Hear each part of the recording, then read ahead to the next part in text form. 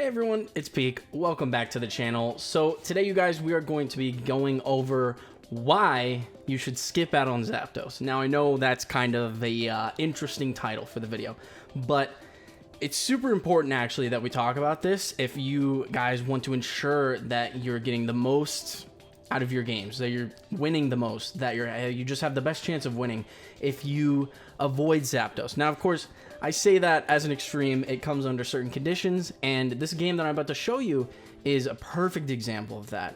But for right now, I just want to showcase how it was kind of a pretty good game. It was a very stacked game in terms of the players that were playing. There are quite a few of the people high up on the leaderboards in this game, in terms of like the Japanese players, as well as myself. So it was actually a super good game to showcase, and I was playing Greninja, my fave. So this is just a really good showcase of us getting ahead early and kind of how to capitalize on the lead, how to kind of snowball off it. And I mean, getting right into it, you see we got a very nice roam here. So we're outnumbering them. And that's one of the big things about this game, is that you see the Talonflame comes in late. He's here late. And so is the Bulbasaur here. So they're now overcommitting down here where we already capped our points. So super important to keep that in mind. Here you'll see that because of the level advantage we got from capping goals, we were able to just quickly take out that Machop, and we're going to do the same thing with the Fletchling.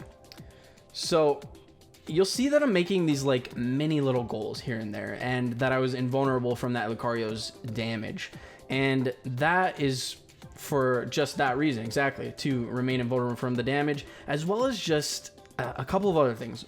Number one is that you want your points to be out of your inventory. Like, I'm sure if you've played this game before, if you played in the Japanese network test or the March beta in Canada, you will know that sometimes you end up getting so many points in your inventory, let's just call it that, I guess, that it takes so long to channel it that you never get a chance to cap until the end of the game, unless you get like Zapdos or Rotom that allows you to, you know, get that unchanneled cap, lets you cap for free without any time.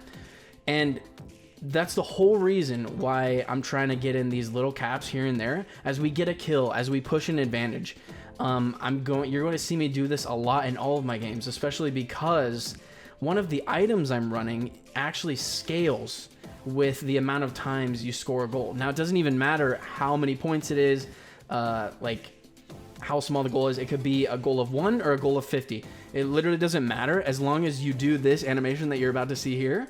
See, they just like left us alone in lane. So this really allows me as Greninja, who's running this item that scales both attack and special attack. It's two separate items with each goal scored. I've probably got 4 or 5 goals so far.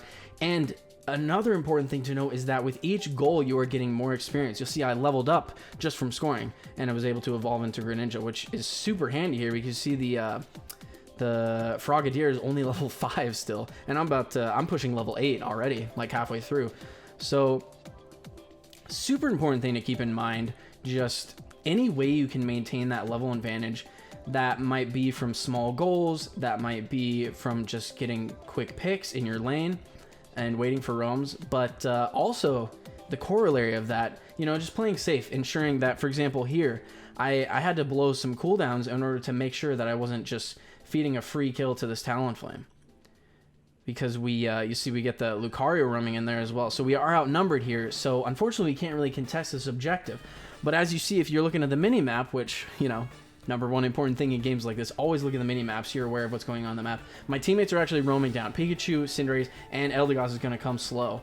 So you'll see I'm kiting back with probably one of the best skills in the game is Water Shuriken on Greninja. I'm kiting away from that Machoke. My team has finally arrived, so we're now outnumbering the enemy team, and we just easily clean up this engagement because they have 3 dead, and there's just 2 remaining. This Talonflame obviously overextended, but you'll see he did manage to get the Dreadnought. So, you know, not an entirely fruitless outcome for the enemy team. But, you know, we obviously came out on top with that. We basically killed 4 out of 5 of their teammates. So, super good engagement. I'm already level 9. The rest of my team is also around this level 2. So we've got quite a nice lead. You see, we're trying to capitalize on even the smallest little farms.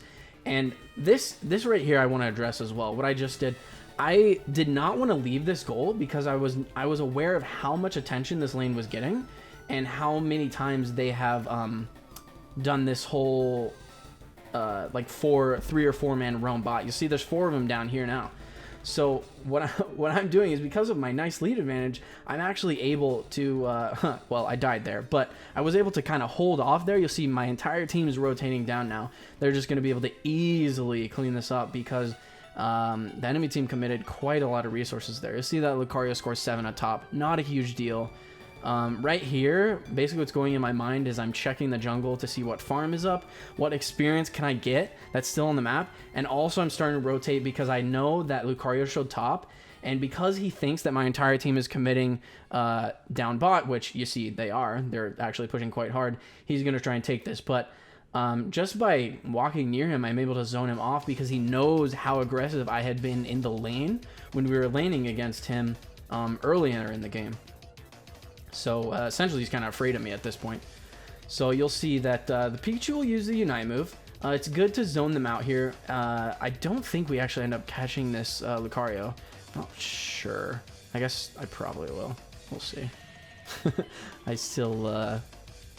The unfortunate thing about chasing Lucario is whatever skill he takes on skill 1 or skill 2, it's always going to be a super low cooldown. Regardless of what skill he goes here. So yeah, I remember now. He makes it out here, which is unfortunate. But my Pikachu was able to, because of us zoning off that Venusaur and obviously the Lucario, Pikachu was able to take Rotom. That's pushing up top. So they have 3 members up there. So we're just kind of pushing hard up here while our Rotom pushes. You don't always have to push with your Rotom. That's a kind of important thing you want to remember here, because as you'll see, we were outnumbering them down here, whereas they committed 3 or 4 people up in the top lane just to take care of Rotom. So, you know, it's just these little things in terms of objective play that makes or breaks a game of Unite for your team. And they're things you really just have to keep in mind and that come with experience playing the game. You know, the more and more videos I share with you guys, the more and more insights I'm going to be giving. So if you're interested in advanced tactics, learning from players who have played at the highest level, you know, thus far, obviously, there haven't been like any crazy tournaments or anything like that, but I have been top rank in both the Canadian and the Japanese beta. If you're wanting to learn that, drop a subscription on the channel. We'd love to have you here. Love to hear your comments on what kind of content you guys would like to see, because this channel is for you. This channel is dedicated to growing the population, the player base of Pokemon Unite. You know, I think it's really going to be, unfortunately, I'm a champ scoring 40. See, that's an oversight on us. I really do think this game is going to be quite large. A lot of people are really interested in it, which is super awesome to see after the incredibly poor reception initially. You see, I knew that they were coming down bot, but obviously I wasn't going to be able to make it there in time, which is just unfortunate. But just wanted to ensure that they didn't keep pushing up our lane. Because at this point, you guys, we are ahead. It's 2 minutes left in the match. We are far ahead. We did just give some points over, unfortunately, but we have been stomping them thus far. And here is the mistake, you guys. My team commits to Zapdos. Now, I didn't want to do that, but you'll see I was essentially forced to because my team went in on it. It's so important that you consider, is this the right time to go for Zapdos? Do we need Zapdos in this game? Because for us, the answer, with 2 goals still up versus their 1 at the top, you'll see on the minimap here, the answer is no. Like, we have more points than them. We can easily wait for them to engage on Zapdos, which they inevitably will because they have to win the game, right?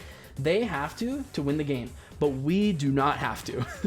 That's the super important thing to note about this game, is that we literally threw the game because we didn't actually have to go Zapdos.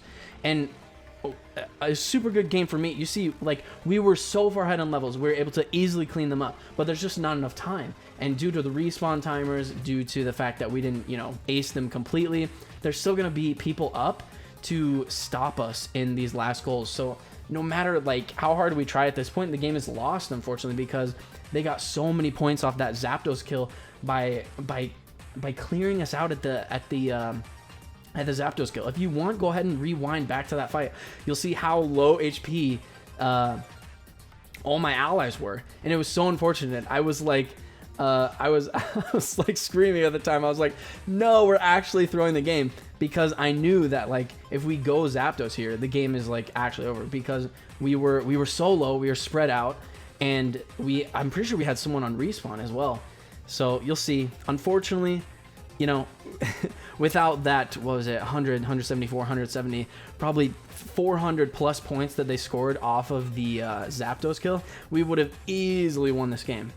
But, you know, that's how it goes sometimes. So anyway, don't always go Zapdos. That's the point of this. So if you guys enjoyed this video, enjoyed the principles, enjoyed the tactics that we're going over, that I'm kind of walking through, drop a subscription on the channel. It means the world to me. I love seeing new subs. Love seeing you guys in the comments. Love talking to you. So feel free to ask any questions. If you guys are interested in Pokemon Unite, this is going to be the place for experienced high-level gameplay. So look forward to that. Check out more of my videos. We got a new video coming every day at this point. I have a lot of footage from the Japanese beta that I'm about to share with you guys. So stay tuned for more. And until next time, thanks so much for watching, and we'll see you in the next one. Peace.